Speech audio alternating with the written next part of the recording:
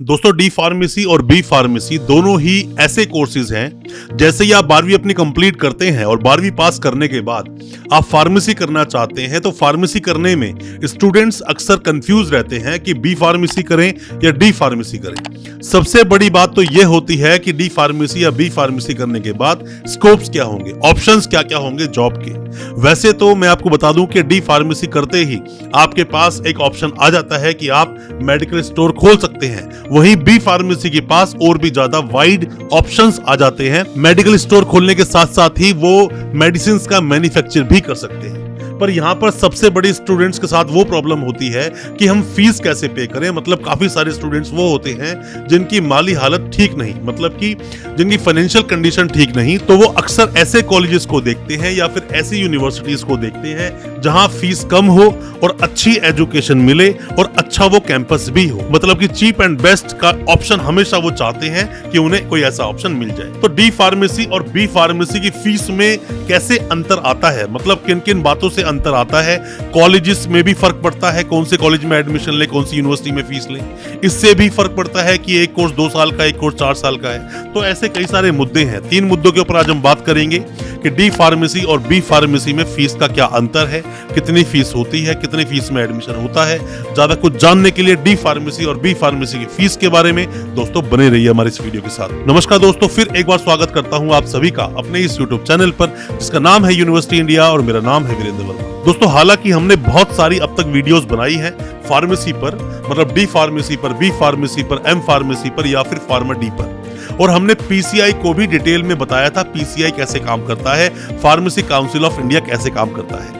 India में आपको B pharmacy करना है तो जो फार्मेसी काउंसिल ऑफ इंडिया है उसका अप्रूवल होना जरूरी है, कॉलेज को या यूनिवर्सिटी को।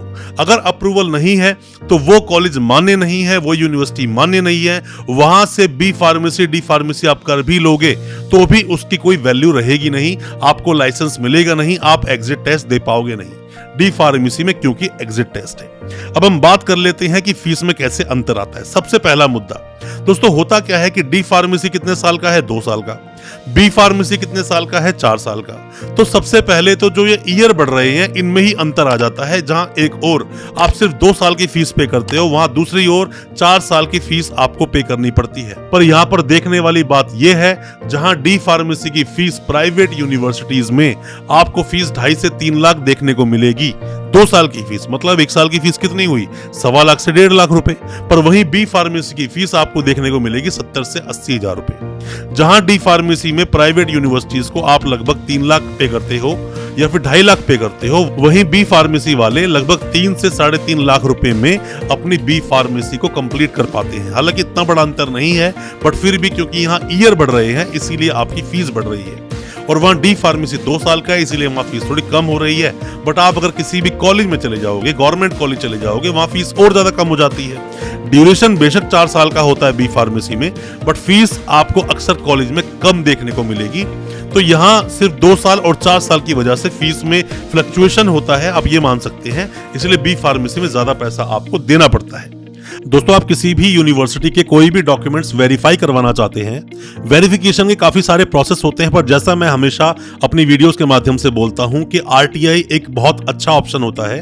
गवर्नमेंट प्रोसेस के थ्रू आपके डॉक्यूमेंट्स वेरीफाई हो जाते हैं। फिर भी आप चाहे तो सीधा यूनिवर्सिटी से ही वेरीफाई करवा सकते हैं। यूनिवर्सिटीज अपनी वेबसाइट पर डिटेल डाल के रखती हैं, या फिर आरटीआई लगवाएं, इसमें हम आपकी मदद कर सकते हैं। और अगर कोई भी डॉक्यूमेंट किसी भी यूनिवर्सिटी से आपने लिए हैं, अब फर्दर डॉक्यूमेंट्स आप निकालना चाहते हैं, माइग्रेशन डिग्री, एलओआर, ट्रांसक्रिप्ट, कुछ भी निकालना चाहते हैं और आप यूनिवर्सिटी से बहुत दूर हैं, आप हेल्पिंग हैंड चाहते हैं, तो हो सकता है इसमें भी हम आपकी कोई मदद कर सकें। कोई भी डॉक्यूमेंट्स जो आपके यूनिवर्सिटी में भी पेंडिंग है, और दोस्तों कोई भी आप मदद चाहते हैं वेस्ट प्रोसेस में या फिर डिग्री को वेरीफाई करवाने के लिए, आप हमसे भी कांटेक्ट कर सकते हैं। अब हम बात करते हैं दूसरे मुद्दे की कि फीस कैसे फ्लक्चुएट करती है, किस तरह से फीस वेरी करती है। दोस्तों आप किसी भी प्राइवेट यूनिवर्सिटी में अगर एडमिशन लेने की सोच रहे हो, डी फार्मेसी करो या बी फार्मेसी करो, फीस आपको हमेशा ज्यादा ही मिलेगी।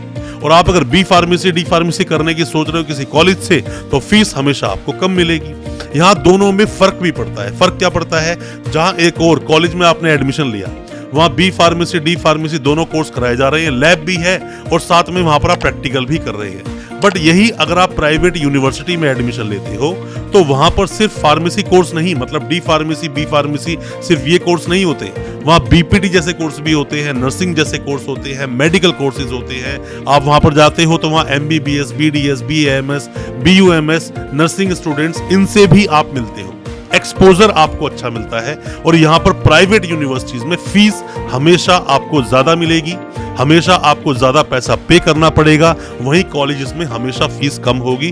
तो अगर आपका बजट ज्यादा नहीं है, कॉलेज की तरफ आप जाएं, कॉलेजेस में एडमिशन लें। जो कॉलेजेस किसी भी बोर्ड के द्वारा चलाए जाते हैं, जो कॉलेजेस किसी भी यूनिवर्सिटी के द्वारा चलाए जाते हैं, वहां फीस हमेशा आपको कम मिलेगी, उसी तरह सहूलियत भी आपको कम मिलती है।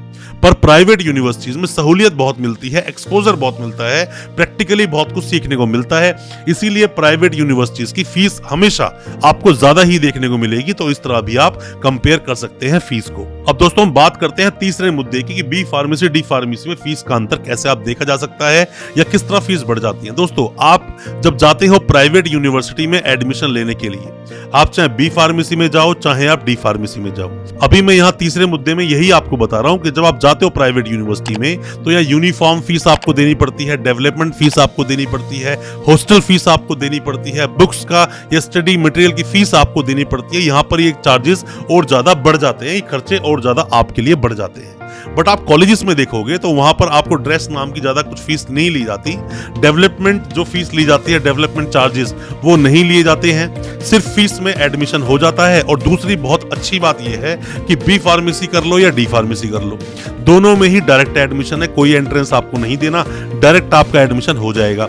बहुत कम ऐसी यूनिवर्सिटीज हैं जो आपको एंट्रेंस बेस्ड एडमिशन लेंगी, बट मैक्सिमम यूनिवर्सिटीज जो प्राइवेट यूनिवर्सिटीज हैं वो आपको डायरेक्ट एडमिशन दे देंगे और डायरेक्ट एडमिशन लेने के बाद में अपने कोर्स को कंप्लीट कर सकते हैं। डी फार्मेसी में एग्जिट टेस्ट होता है और बी फार्मेसी में एग्जिट टेस्ट अभी तक उसकी बात नहीं है, पर डी फार्मेसी में एग्जिट टेस्ट आपको देना ही पड़ेगा। फीस अल्टीमेटली कुल मिलाकर प्राइवेट यूनिवर्सिटीज में ज्यादा है, कॉलेजेस में फीस कम है। बी फार्मे की फीस ज्यादा देनी पड़ेगी, डी फार्मेसी की फीस थोड़ी कम देनी पड़ेगी।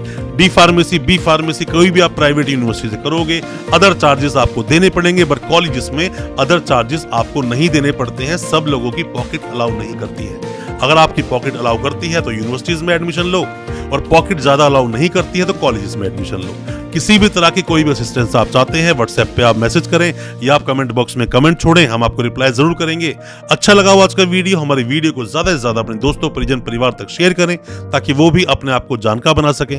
चैनल को सब्सक्राइब करना बिल्कुल ना भूलें, साथ में लगा बेल आइकन जरूर दबा दें ताकि इसी तरह के एजुकेशनल वीडियोस आप तक पहुंच सके सबसे पहले। बहुत बहुत शुक्रिया दोस्त, धन्यवाद हमारे इस वीडियो के साथ बने रहने के लिए।